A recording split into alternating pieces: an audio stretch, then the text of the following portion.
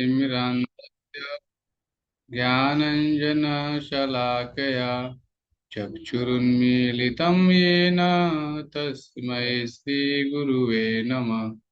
श्रीचैतन्यमनोभीष्टं स्थापितं येन भूतले स्वयं रूप कदा मह्यं ददाति स्वपदान्तिकम्।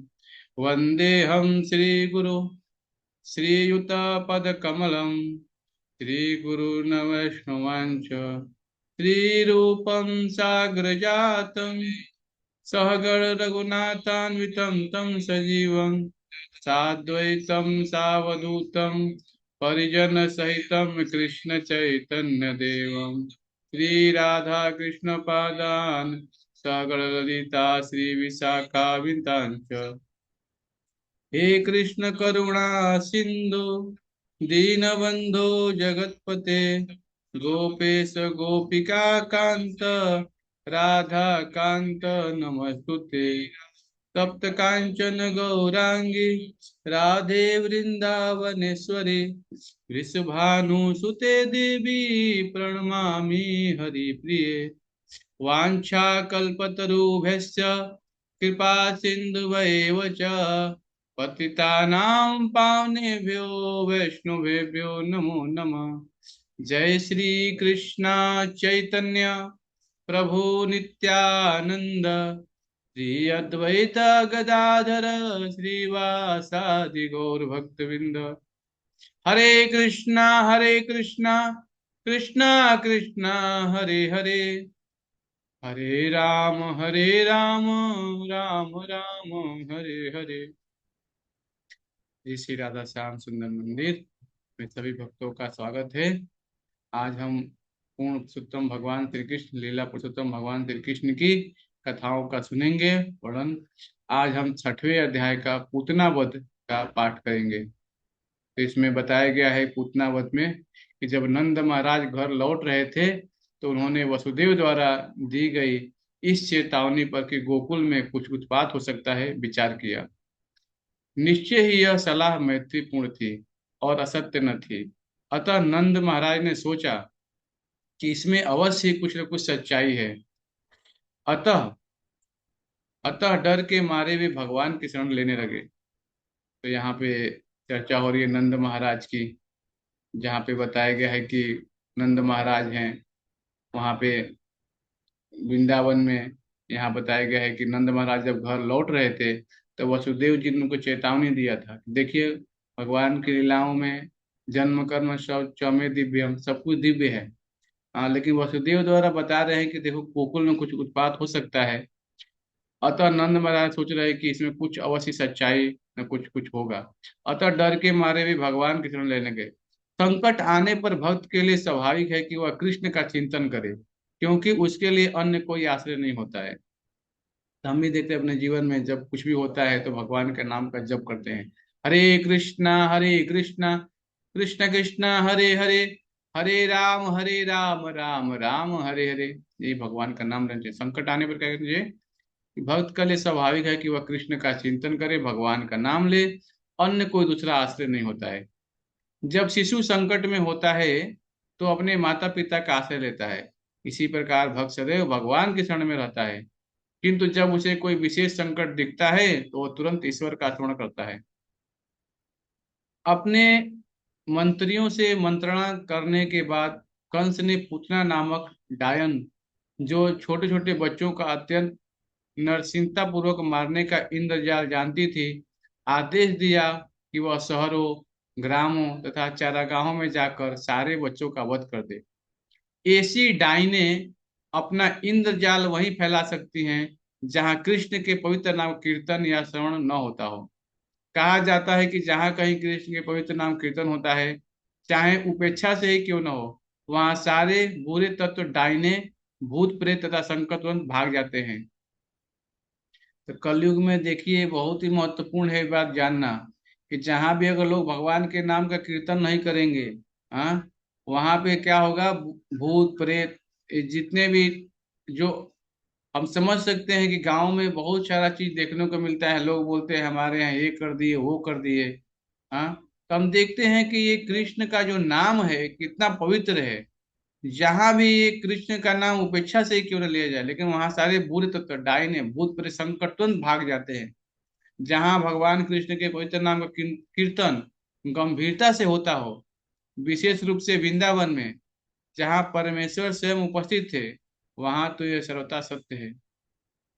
तो ये भगवान का नाम गंभीरता से लेना चाहिए। हाँ, हरे कृष्णा, हरे कृष्णा, कृष्णा कृष्णा, हरे हरे, हरे राम, हरे राम, राम राम, हरे हरे। ये भगवान का नाम लेंगे तो क्या होगा? सब कुछ नष्ट हो जाएगा, जितने भी पर्यावरण सब कुछ शुद्ध हो जाएगा वहां पे।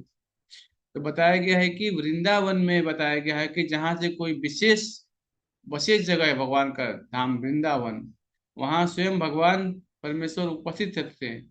वहां तो सर्वथा सत्य है। अतः नंद महाराज के सारे संदेह निश्चित रूप से कृष्ण प्रेम पर ही आधारित थे। वास्तव में पूतना में शक्ति होते हुए भी उसकी गतिविधियों में कोई भय न था। ऐसी डाइने खेचरी कहलाती हैं। वास्तव में पूतना में शक्ति होते हुए भी उसकी गतिविधियों में से कोई भय न था। देखिए भगवान की तो इतनी सारी शक्तियां हैं, इतने कार्य करते हैं, भगवान को कोई ऐसा नहीं है, कोई फर्क नहीं पड़ता है। हाँ, चाहे पूतना आए, चाहे अघासुर, चाहे बकासुर, हाँ, चाहे कितने भी केस, कितने भी आए असुर आए, लेकिन भगवान को कोई भी यहाँ पे बताया गया है भय नहीं था। हाँ, उनकी गतिविधियों से कोई भय न था कृष्ण को। ऐसी डाइने, पूतना जैसी डाइने खेचरी कहलाती हैं, जिसका अर्थ है वे जो आकाश में उड़ सकती है। इस तरह का इंद्रजाल आज भी कुछ स्त्रियों द्वारा भारत के दूरस्थ उत्तर पश्चिमी भाग में किया जाता है। वे उखड़े वृक्ष की शाखाओं पर बैठकर एक स्थान से दूसरे तक आ जा सकती हैं। तो श्रील प्रभुपाद जी बता रहे हैं कि आज भी जो है स्त्रियां, हाँ, इंद्रजाल फैलाती हैं।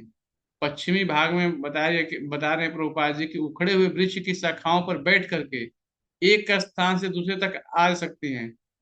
पूतना को यह इंद्रजाल ज्ञात था, इसलिए भागवत में उसे खेचरी कहा गया है। अब देखिए इंद्रजाल है ये। हाँ, हम देखते हैं आज भी बंगाल में जाएंगे तो वहां भी है। हाँ, बहुत सारे इंद्रजाल फैलाते हैं लोग। लेकिन भागवतम में बताया गया है कि उसको पूतना का नाम खेचरी बताया, क्योंकि वो उड़ सकती थी वो। अभी हमें समझना पड़ेगा कि ये कलयुग चल रहा है। कलऊ दो धी राजन अस्ति एक महान गुण, कीर्तनाथ देव कृष्ण से मुक्त संगम ब्रह्मजित। कलयुग दोषों की खान तो है, लेकिन एक महान गुण है, जो कोई भगवान के नाम का कीर्तन करता है। हरे कृष्णा कृष्ण कृष्ण हरे हरे, हरे राम राम राम हरे हरे। सारे दोषों तुरंत मुक्त हो जाएगा। हाँ, नाम की महिमा बताया गया है यहाँ पे।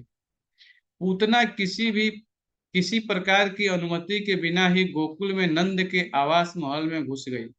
अब देखिए, हाँ, गोकुल महाराज, गोकुल जो है, गोकुल नंद के भवन में बिना निमंत्रण के ही घुस गई। सुंदर वस्त्रों से आभूषित होकर वह परम सुंदरी के रूप में माता यशोदा के घर में गई। इतना सुंदर वेश बनाया उसने। हाँ, परम सुंदरी के रूप में हो करके माता के घर में गई, यशोदा मैया के घर में गई। अपने उठे हुए नितंबों, उन्नत उरोजों, कान की बालियों तथा केस में लगे फूलों से वह अति सुंदर लग रही थी। अपनी क्षीण कटी और वह और भी सुंदर बन गई थी। उसकी आकर्षक चितवन तथा मंद मुस्कान से वृंदावन के सारे वासी मोहित हो गए। तो बहुत सुंदर बन के गई थी वो, वहाँ सुंदरी बन के गई थी। आकर्षक चितवन, मंद मुस्कान से वृंदावन के सारे वासी मोहित हो गए। भोली भाली गोपियों ने सोचा कि वह हाथ में कमल पुष्प धारण किए वृंदावन में आई है, साक्षात लक्ष्मी देवी है। अब देखिए भोली भाली गोपियां हैं जो वृंदावन के, वो सोच रहे हैं कि कमल का पुष्प लिए है हाथ में, और हाथ में कमल का पुष्प लेके चल रही है।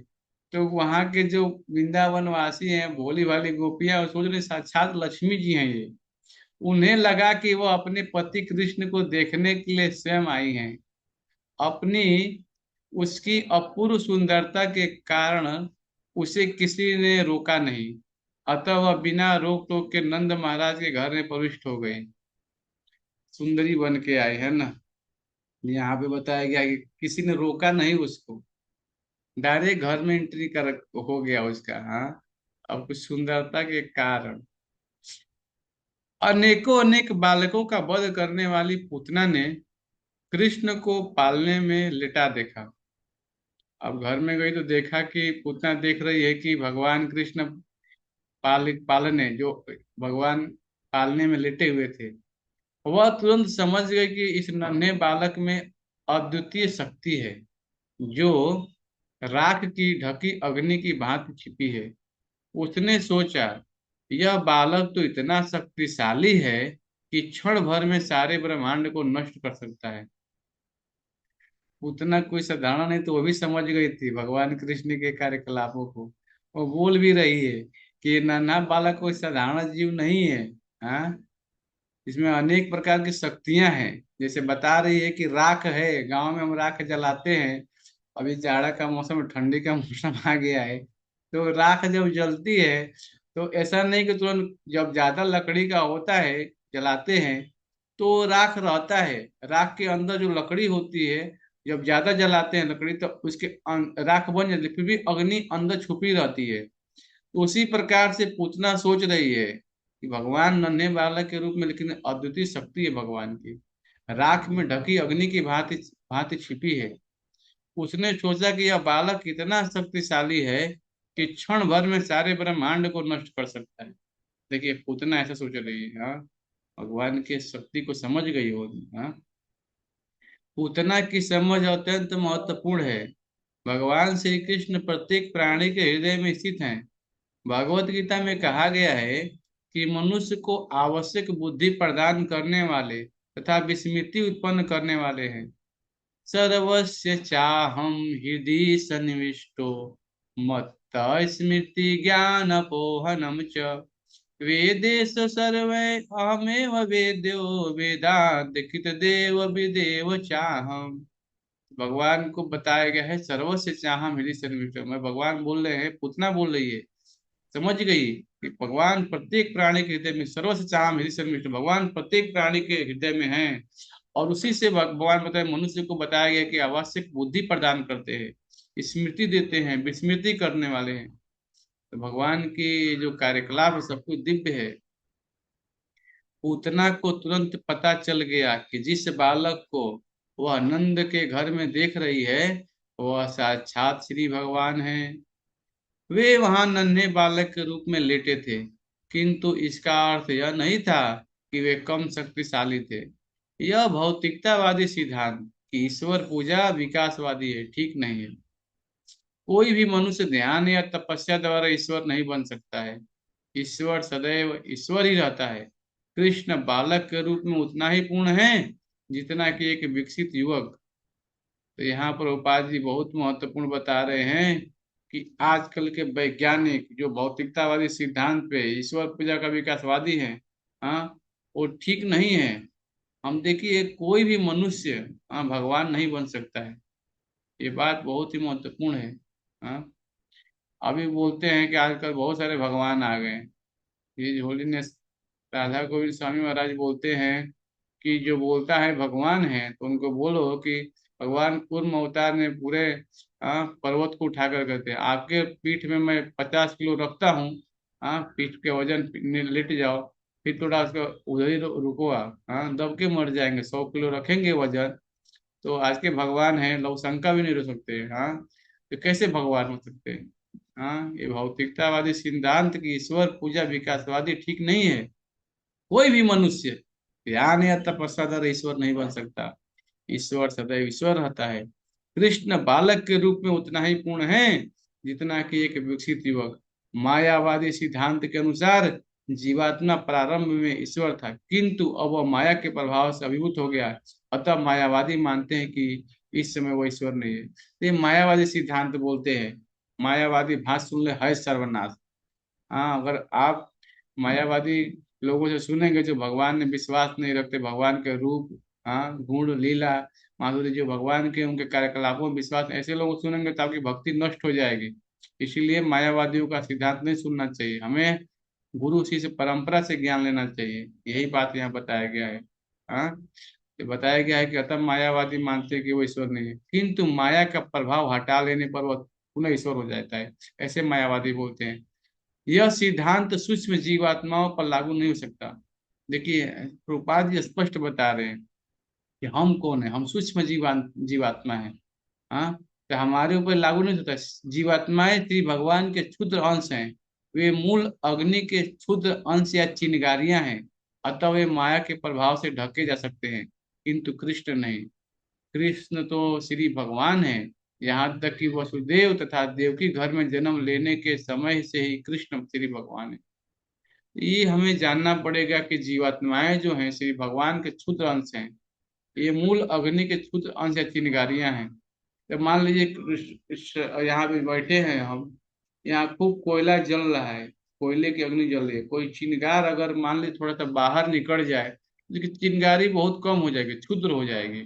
हाँ, वैसे ही हम स्फुलिंग छोटा सा जीवात्मा है। हाँ, हम माया के प्रभाव से ढक जाएंगे, लेकिन भगवान कृष्ण माया के प्रभाव से नहीं ढकते। हाँ, यही चीज यहाँ बताया गया है। कृष्ण तो श्री भगवान है। यहाँ तक कि वसुदेव तथा देवकी के घर में जन्म लेने के समय से ही भगवान कृष्ण भगवान है।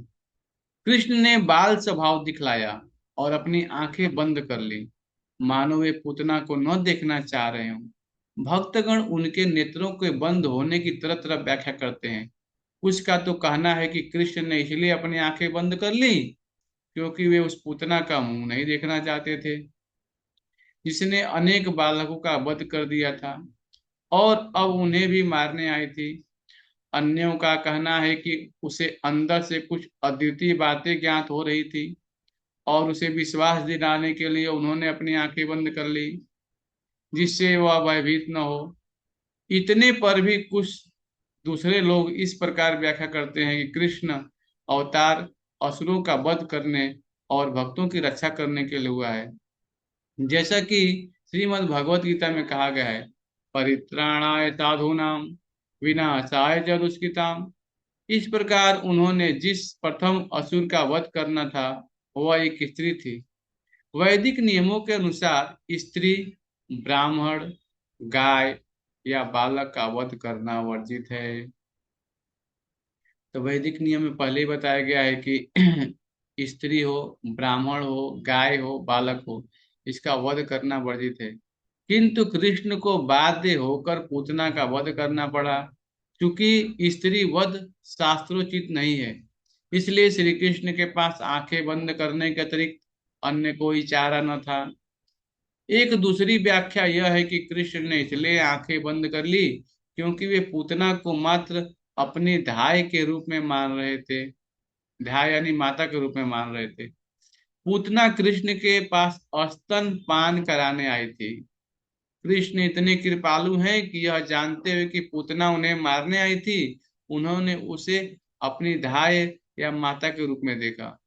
तो बता रहे हैं यहाँ पे अन्य नचार्य हैं कि भगवान कृष्ण, हाँ, इसलिए आंखें बंद कर रहे हैं कि वो पूतना को माता के रूप में देख रहे हैं। पूतना क्या कर रही है, अपना स्तन पान कराने आई थी, हाँ, विष लगा करके। हाँ, तो भगवान कृष्ण इतने दयालु हैं, इतने कृपालु हैं कि पूतना को जो मारने आई थी उसका उसको क्या रूप दिया, अपने धाम में माता के रूप में देखा और वो माता की उनको दिया दिया योग्यता किया। हाँ, वैदिक मान्यता है कि माताएं 7 प्रकार की होती हैं। वैदिक मान्यता है कि माताएं 7 प्रकार की होती है। एक होता है सगी माता, जो हमको जन्म देती है। दूसरा होता है गुरु पत्नी, जब हम किसी जाते हैं गुरुकुल में, वहां गुरु से सीखते हैं, तो गुरु पत्नी वो भी हमारी माता है। तीसरा होता है राजा, राजा की जो पत्नी होती है रानी, वो भी माता होती है, राजमाता रानी होती है वो। और होता है एक ब्राह्मणी, हाँ, और और होता है गाय, और होता है एक धाय, और एक पृथ्वी। चूंकि पूतना कृष्ण को अपनी गोद में लेकर स्तन पान कराने आई थी, अतः कृष्ण ने उसे अपनी माता के रूप में स्वीकार किया। देखिए, भगवान कृष्ण को उठा लिया और स्तन पान कराने आए। हाँ, उठा करके स्तन पान करा रही, इसलिए भगवान ने उसे माता के रूप में स्वीकार किया। यह एक अन्य कारण समझा जाता है कि कृष्ण ने अपनी आंखें बंद कर दी। अब उन्हें धाय या माता का वध करना था, इसलिए उन्होंने अपनी आंखें बंद कर ली। किंतु उन्होंने अपनी माता या जहाई के वध करने तथा अपनी सगी माता या धर्म माता यशोदा के प्रति प्रेम करने में कोई अंतर नहीं रखा। हमें वेदों से यह भी जानकारी मिलती है कि पूतना के साथ भी मातृवत व्यवहार किया गया और यशोदा के साथ ही इस संसार से मुक्ति प्राप्त हुई। तो यहाँ बताया गया है कि पूतना के साथ ही मातृवत व्यवहार किया भगवान श्री कृष्ण ने, और यशोदा के साथ ही संसार से मुक्ति प्राप्त हुई। उसको भी भगवत धाम में माता का ही भगवान ने दिया दर्जा। तो ये है भगवान की कृपा। हम देखते हैं जो भगवान को मारने आए थे उसको ही माता का, और अगर हम भगवान की भक्ति कर रहे हैं, प्रेम पूर्वक श्रद्धा पूर्वक भक्ति करेंगे तो हमें भगवान बहुत अच्छा से हमें हमें देंगे दर्जा। ये बहुत भक्ति है। भक्त्या माम अभिजानाति, केवल भगवान को भक्ति के द्वारा ही हम जान सकते हैं, और कोई दूसरा उपाय नहीं है। हाँ, माता यशोदा के साथ ही संसार से मुक्ति प्राप्ति हुई पूतना को। बताइए, जब बालक कृष्ण ने आंखें बंद कर ली तो पूतना ने उन्हें अपनी गोद में उठा लिया। उसे यह ज्ञात न था कि वह साक्षात मृत्यु को पकड़े हुए है। यदि मनुष्य धोखे से रस्सी को सर्प मान बैठता है तो उसकी मृत्यु हो जाती है। अगर हम कहीं जा रहे हैं अंधेरे में, हाँ हाँ, हमें दिखाई नहीं दे रहा है, और हमने मनुष्य बताया रस्सी को सर्प मानकर रस्सी उठा लिया, सोचे सांप है, सांप है, हमें काट ले, काट तो मृत्यु हो जाती है, हार्ट अटैक आता है लोगों का। पैरों में देखते हैं रस्सी होता है, अंधेरे में दिखता है वो सांप, सांप है, सांप है, कई लोग ऐसे मर जाते हैं। तो यह स्पष्ट बताया गया कि मनुष्य अगर धोखे से भी रस्सी को सर्प मान बैठता है तो उसकी मृत्यु हो जाती है। इसी प्रकार कृष्ण से भेंट होने के पूर्व पूतना अनेक बालकों का वध कर चुकी थी। भगवान कृष्ण से भेंट होने के पहले पूतना ने अनेकों बालकों का वध कर दिया था, और उसने कृष्ण को भी उन जैसा ही समझा। किंतु कृष्ण अब एक सांप को पकड़ने जा रही थी जो तुरंत उन्हें तुरंत मार देगा। जब पूतना बालक कृष्ण को गोद में ले रही थी तो यशोदा तथा रोहिणी दोनों ही वहां उपस्थित थी, किंतु उन्होंने उसे मना नहीं किया क्योंकि वह सुंदर वस्त्रों से आभूषित थी और कृष्ण के प्रति मातृ प्रेम प्रदर्शित कर रही थी। वे यह न समझ पाए कि वह एक अलंकृत म्यान में भीतर छिपी तलवार की भांति है। एक उदाहरण दे रहे हैं इसलिए प्रभुपाद जी कि एक म्यान होता है, तलवार को रखने के लिए एक म्यान होता है जिसमें तलवार रखी जाती है। तलवार को खूब सजाया गया है, लेकिन अंदर जो है वो क्या है, म्यान के अंदर तलवार होता है। तलवार से एक बार गर्दन में तुरंत सिर कट जाता है। उसी प्रकार से पूतना को बता रहे हैं कि इतना सुंदर वस्त्र पहनित थी, हाँ, कि रोहिणी माता यशोदा माता दोनों खड़ी हैं, फिर भी वो बोल नहीं रही है। हाँ, क्यों? क्योंकि वो समझ नहीं पा रहे थे कि एक अलंकृत म्यान के भीतर छिपी तलवार की भांति है। पूतना ने अपने स्तनों में घातक विष लगा रखा था, और गोद लेते ही उसने अपने चूचक कृष्ण के मुख में लगा दिए। अब देखिए, हाथ में भगवान को कृष्ण को ली है, हाँ, और धीरे से भगवान कृष्ण के मुंह में अपना सूचक कृष्ण के मुख में लगा दिए। उसे आशा थी कि जो ही वह उसके स्तनों का पान करेंगे त्यों ही वह मर जाएंगे, किंतु कृष्ण ने क्रुद्ध होकर तुरंत मुंह में चूचक लगा लिया। उसने विषयुक्त दूध के साथ उस असुरनी के प्राण भी चूस लिए। दूसरे शब्दों में, दूध पीने के साथ ही उन्होंने पूतना के प्राण भी चूस लिए। कृष्ण इतने दयालु हैं कि जब पूतना अपना पेयपान कराने आई तो उन्होंने उसकी मनोकामना पूरी की और उसके इस कार्य को माता का सा आचरण माना। किंतु वह और अधिक दुष्ट कार्य न करे, इसलिए उन्होंने तुरंत उसे मार डाला। क्योंकि यह असुरनी कृष्ण द्वारा मारी गई, अतः उसे मोक्ष प्राप्त हुआ। जब कृष्ण ने उसकी छाती को अत्यंत बलपूर्वक दबाया और उसके प्राण हर लिए तो वह भूमि पर गिर पड़ी और अपने हाथ पैर फैलाकर चिल्लाने लगी, मुझे छोड़ दो, मुझे छोड़ दो, मुझे छोड़ दो। ऐसा करके वह जोर जोर से चिल्ला रही थी, और उसका सारा शरीर पसीने से तर रहा था। भगवान की लीला बहुत ही दिव्य है। हाँ, और ये भगवान दूध पीने के साथ उसके प्राण भी पी लिए। अब देखिए वो चिल्ला रही है, मुझे छोड़ दो, मुझे छोड़ दो, मुझे छोड़, जो जोर से चिल्ला रही है। और उसका सारा शरीर पसीने से तर था। जब रोदन करती पूतना मर गई, तो चारों ओर पृथ्वी तथा आकाश में उच्च तथा निम्न लोकों में सभी दशाओं में भयानक कंपन हुआ। और लोगों ने सोचा कि कोई वज्रपात हुआ है।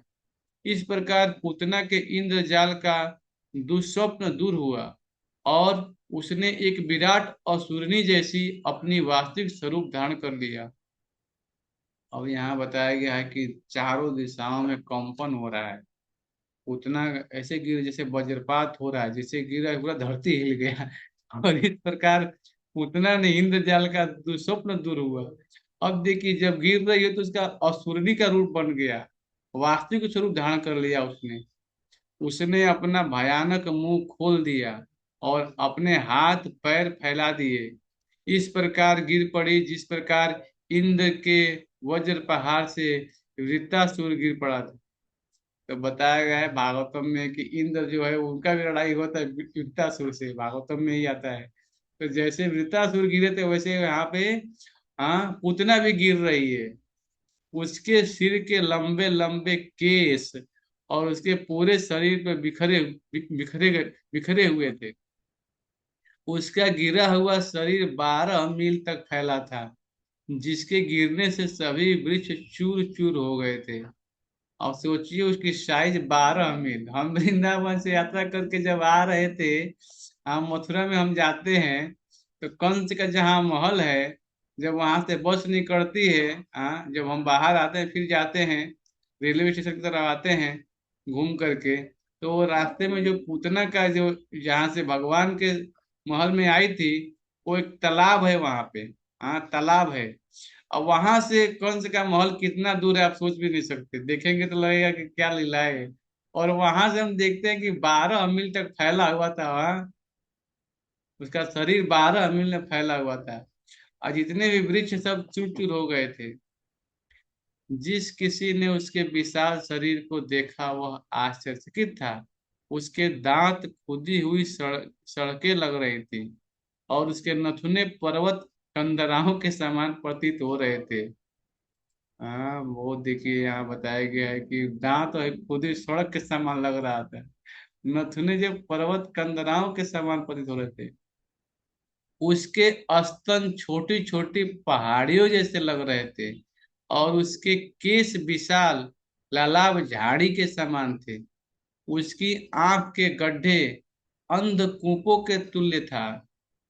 दोनों जांघे नदी के दोनों किनारों के सदृश थे। उसके दोनों हाथ दृढ़ निर्मित सेतुओं के समान, तथा उसका उदर सूखे सरोवरों की तरह लग रहा था।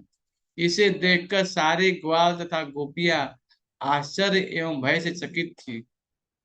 उसके गिरने से जो घोर शोर हुआ था, उसके उनके मस्तिष्क तथा कानों पर आघात लगा, और उनके हृदय तेजी से धड़कने लगे।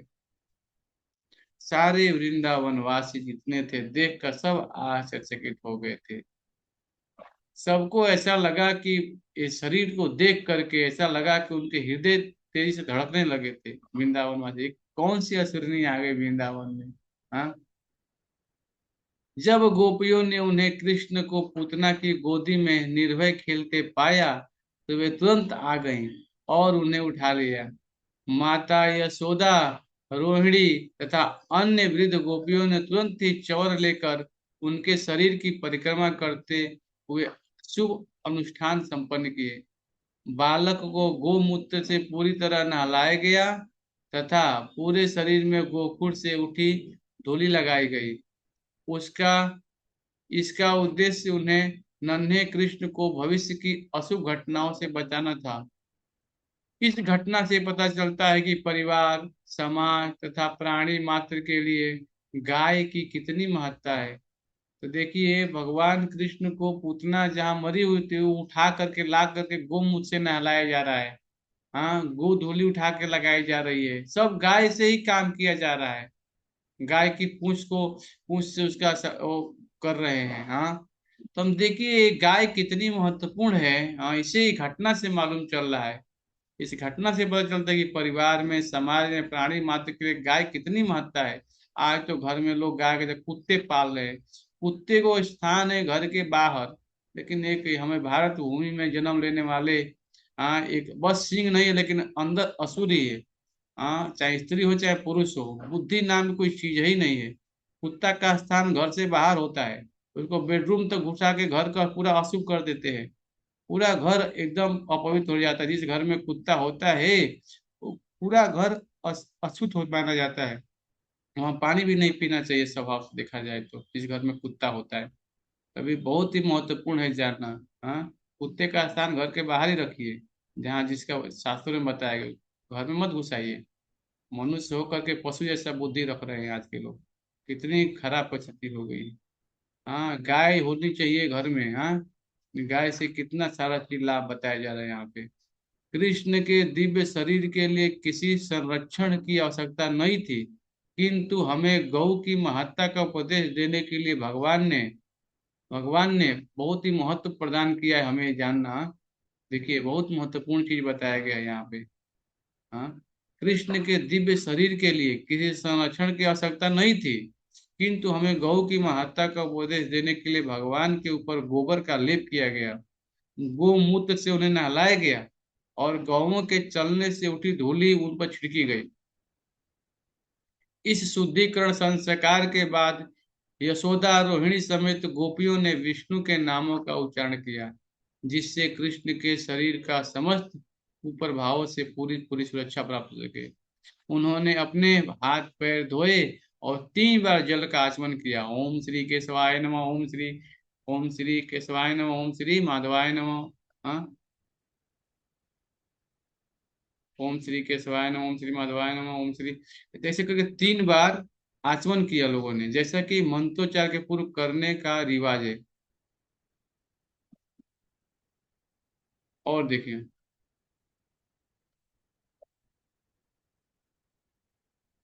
उन्होंने अपने हाथ पैर धोए और 3 बार जल का आचमन किया, जैसे कि मंत्रोच्चार के पूर्व करने का रिवाज है। उन्होंने इस प्रकार मंत्रोच्चार किया। हे कृष्ण, मणिमान भगवान आपके घुटनों की और भगवान यज्ञ आपकी जांघों की रक्षा करे। अज नाम से विख्यात भगवान विष्णु अपने आपके पांव की रक्षा करें। भगवान अच्युत आपकी कमर के ऊपरी भाग की रक्षा करें, और भगवान हयग्रीव आपके उदर की रक्षा करें। केशव आपके हृदय की रक्षा करें। भगवान इस आपकी वक्ष स्थल की रक्षा करें। भगवान सूर्य आपकी गर्दन की, और भगवान विष्णु आपकी भुजाओं की रक्षा करें। भगवान उरुक्रम आपके मुख की रक्षा करें। भगवान ईश्वर आपके सिर की रक्षा करें। भगवान चक्रधर आपके आगे से तथा भगवान गदाधर आपके पीछे से रक्षा करें। धनुषधारी भगवान मधुसूदन आपकी दाईं ओर से रक्षा करें, और भगवान अर्जुन आपकी बाईं ओर से रक्षा करें। भगवान उरुगाय अपने शंख से आपकी सभी ओर से रक्षा करें।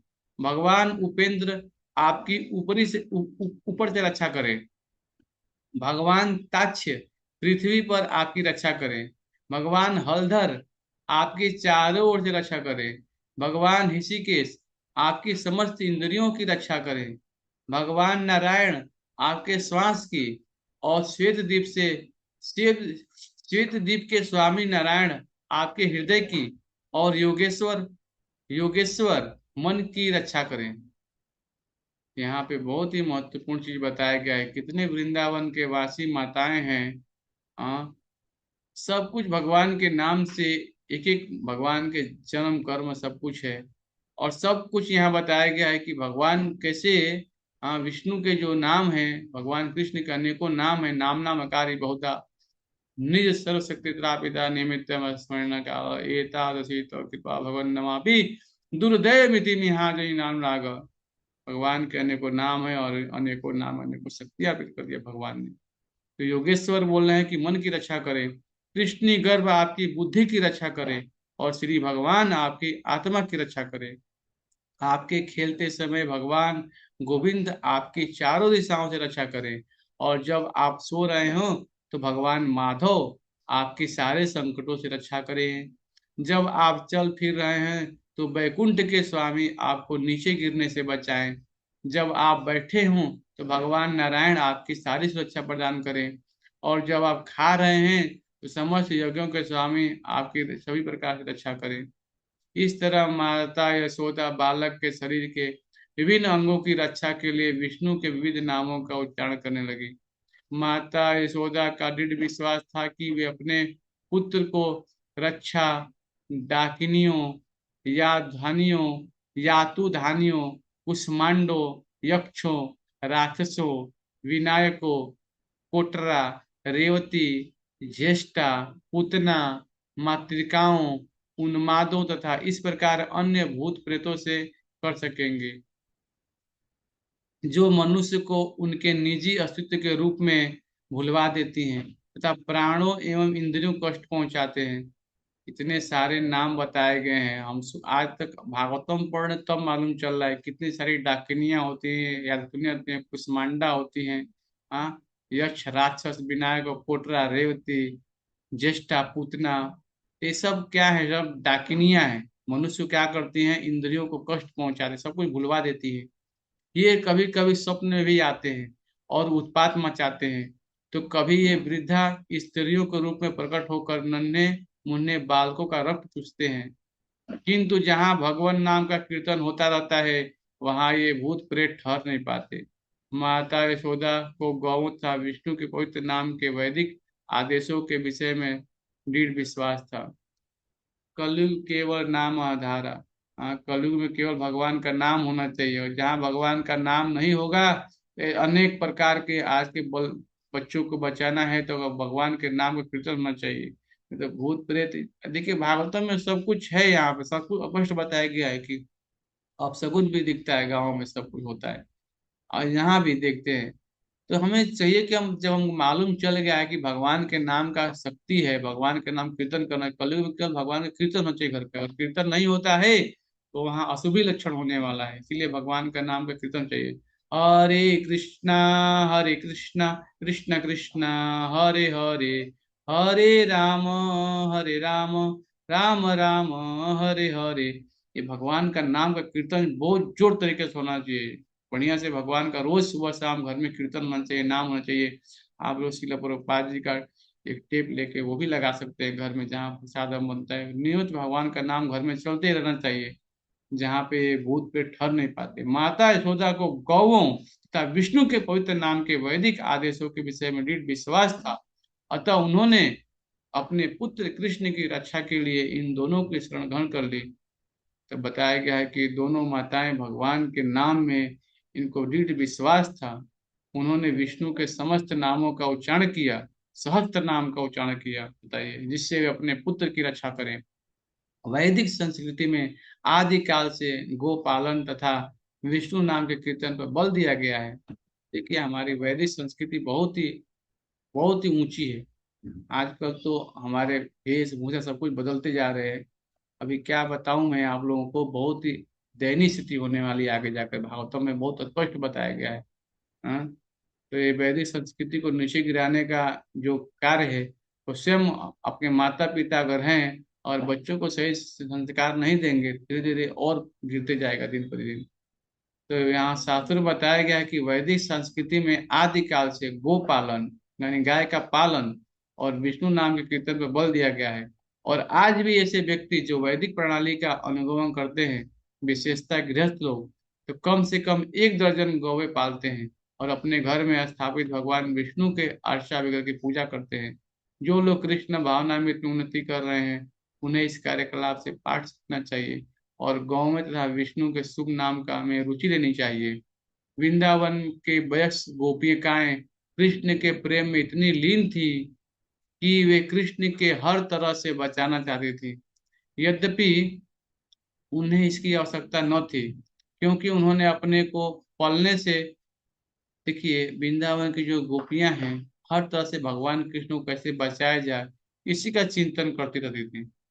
यद्यपि उन्हें इसकी आवश्यकता न थी, क्योंकि उन्होंने अपने को पहले से ही सुरक्षित कर रखा था।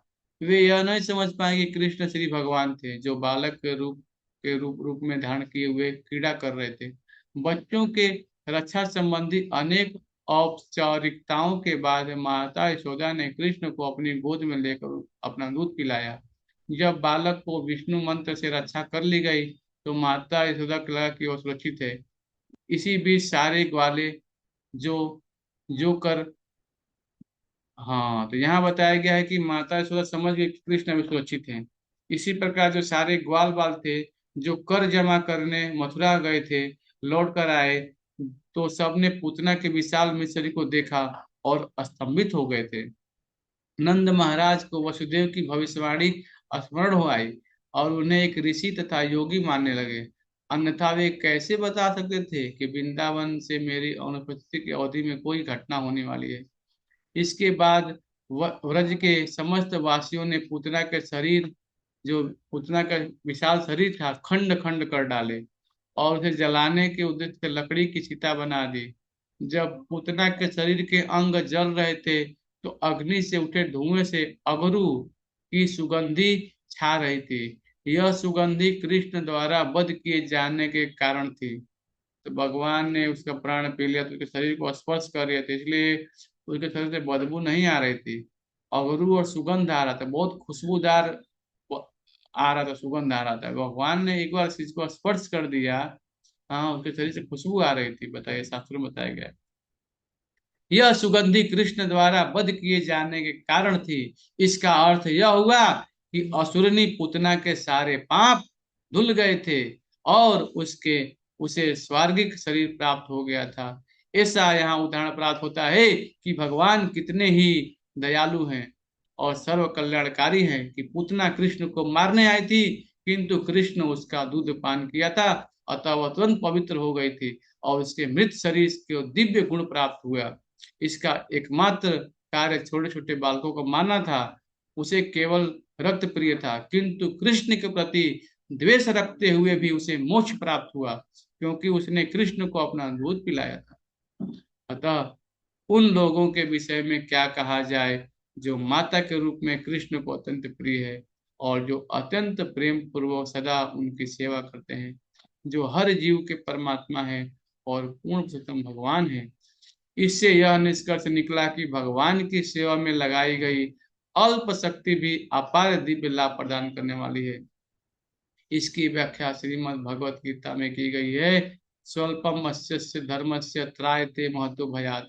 कृष्ण चेतना में की गई भक्ति इतनी दिव्य है कि जाने अनजाने कृष्ण की थोड़ी सी भी सेवा करने से बहुत बड़ा लाभ प्राप्त होता है।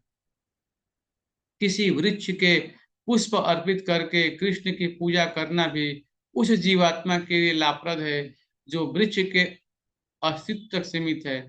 जब कृष्ण को फूल और फल अर्पित किए जाते हैं, तो अप्रत्यक्ष रूप से उस वृक्ष को भी लाभ पहुंचता है जिससे वे फूल फल लगे थे।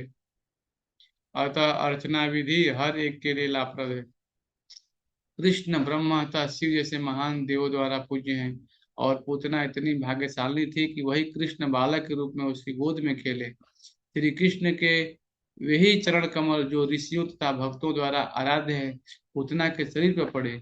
लोग कृष्ण की पूजा करके भोजन की भेंट चढ़ाते हैं, किंतु उन्होंने तो पूतना के शरीर का स्वतः दूध पान किया।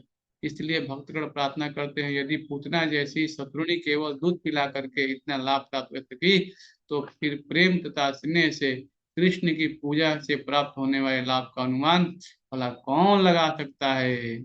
यदि पूजा करने वाले को इतना लाभ हो सकता है, तो फिर मनुष्य को चाहिए कि केवल कृष्ण की ही पूजा करे। यद्यपि पुतना दुष्ट आत्मा थी, किंतु उसे भगवान की माता के समान उच्च फल प्राप्त हुआ था।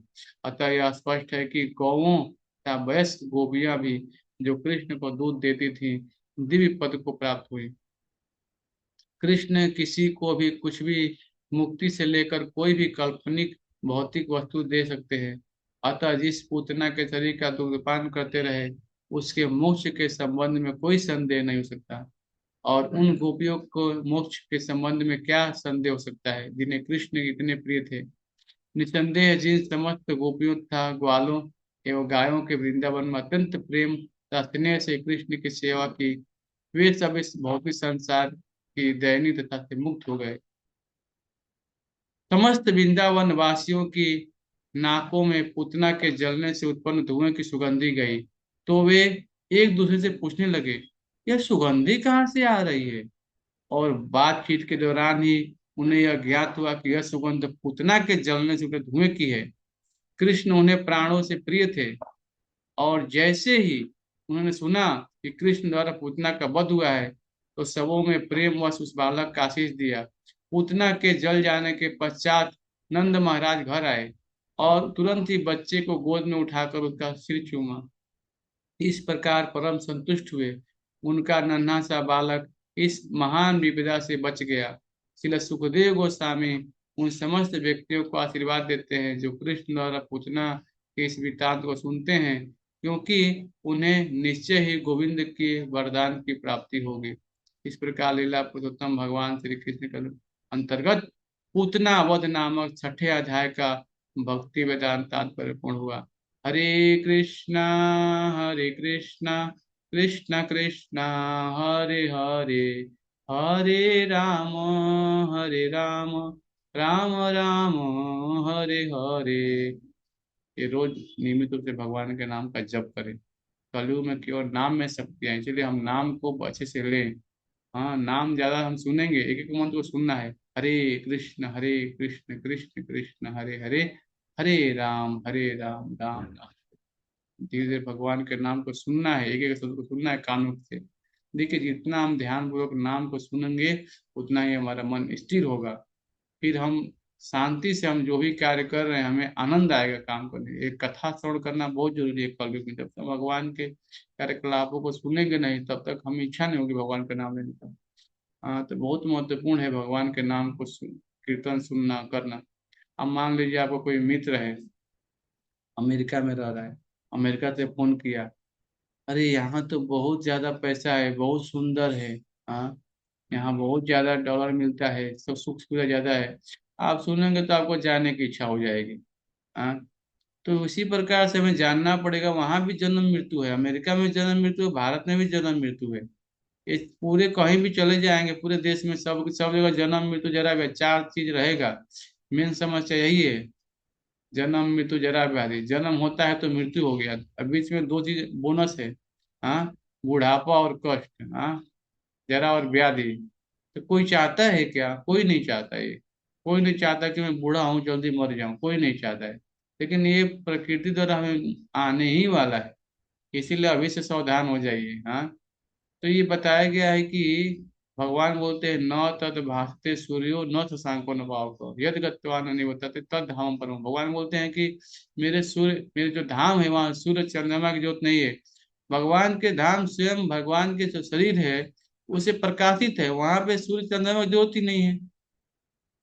वहां पे जन्म मृत्यु नहीं है, वहाँ काल का प्रभाव नहीं है। इस भौतिक संसार में काल का प्रभाव पड़ता है, काल के प्रभाव से प्रति व्यक्ति ग्रसित है। हाँ, तो वहां जाने की इच्छा कब होगी? जब आप भगवान की कथाओं को सुनेंगे, जब भगवान की लीलाओं को सुनेंगे पढ़ेंगे, तभी जाने की इच्छा होगी। और भगवान के नाम का जप करेंगे तो डायरेक्ट आपको एंट्री मिलेगी। हरे कृष्णा कृष्ण कृष्ण हरे हरे, हरे राम राम हरे हरे। तो नियमित रूप से भगवान के नाम का जप करें। और हर रविवार को शाम को 7 बजे भगवत गीता क्लास होता है, इस्कॉन मंदिर में आप लोग आइए और नियमित रूप से भगवान की कथाओं को सुनिए और प्रसाद दीजिए। हरे कृष्णा।